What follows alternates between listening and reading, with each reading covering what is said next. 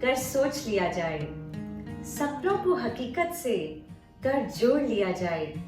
जो कहते हैं तुमसे नहीं होगा, इसी में तो मजा है, गर उनका ये भ्रम तोड़ दिया जाए। मैं माला जैन फिर से एक नई पॉजिटिविटी, एक नई सोच, एक नई कहानी लेकर आपके साथ। जब कोई कुछ नया काम करने निकले और शुरू करने से पहले ही यह सुनने को मिले, ये तुम्हारे बस का नहीं है, मत कोशिश करो, तो हिम्मत टूट जाती है। मगर उस पल जो दुनिया को बातों को अनसुनी कर आगे बढ़ जाता है, वही अपनी मंजिल को पाता है और विनर कहलाता है। आइए सुनते हैं ऐसे ही एक विनर की कहानी।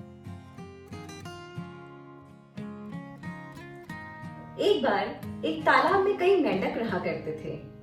उस तालाब के बीचों बीच वहां के राजा ने एक लोहे का खंभा लगवाया हुआ था। एक बार इन मेंढकों को एक आइडिया आया, क्यों ना एक रेस लगाई जाए। जो इस खंभे पर चढ़कर दिखाएगा वही विनर कहलाएगा। सबको आइडिया पसंद आया। रेस की डेट निश्चित की गई और सबको बताया गया। रेस का दिन आ गया। सब बड़े जोरों शोरों से तैयारी में थे। आसपास के तालाबों के मेंढक भी इकट्ठे हुए, कुछ पार्टिसिपेट करने और कुछ ऑडियंस बनने। उस खंबे को देखते ही चारों तरफ से एक ही आवाज आ रही थी, इतना बड़ा खंबा और इतना चिकना, इस पर तो कोई नहीं चढ़ सकता, बेकार की रेस है। लेकिन कुछ मेंढक लगे हुए थे कोशिश में। रेस शुरू की गई।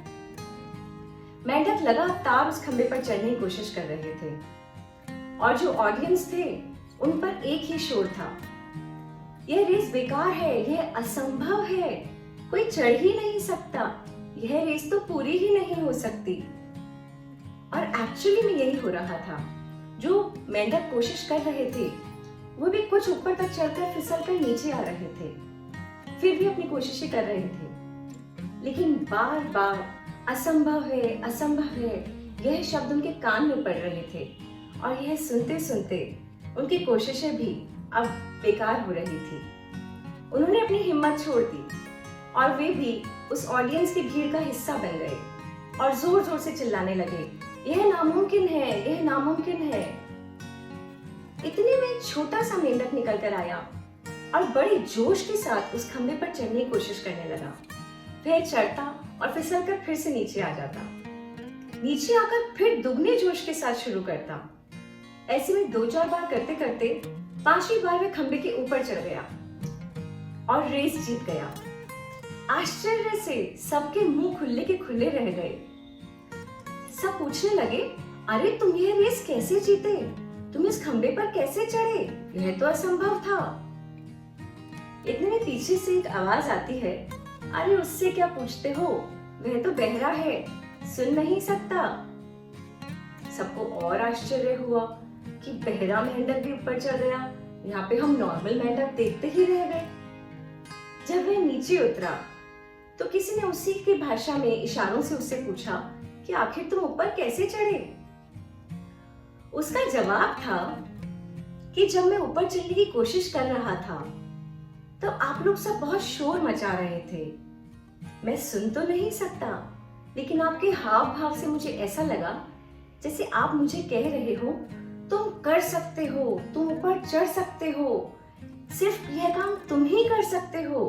और मुझ में जोश भरता गया और उसी जोश के साथ मैंने अपनी कोशिशें लगा दी और आखिरकार मैं उस पर चढ़ गया। आप लोगों का बहुत थैंक यू कि आप लोगों ने मेरा इतना मनोबल बढ़ाया।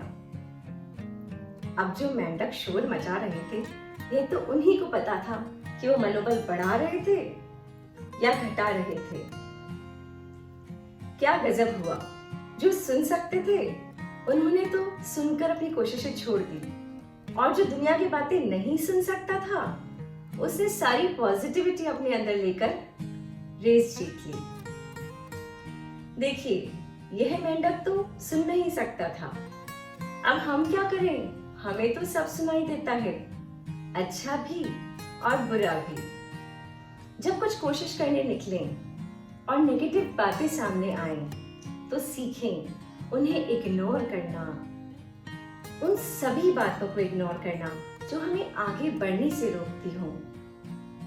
क्योंकि जब हम कोई जीत हासिल करते हैं तब हम पर सबसे ज्यादा नजर उन्हीं की होती है जो हमारी हार का इंतजार कर रहे होते हैं। सच है ना? हार और जीत सिर्फ हमारी सोच पर निर्भर करती है।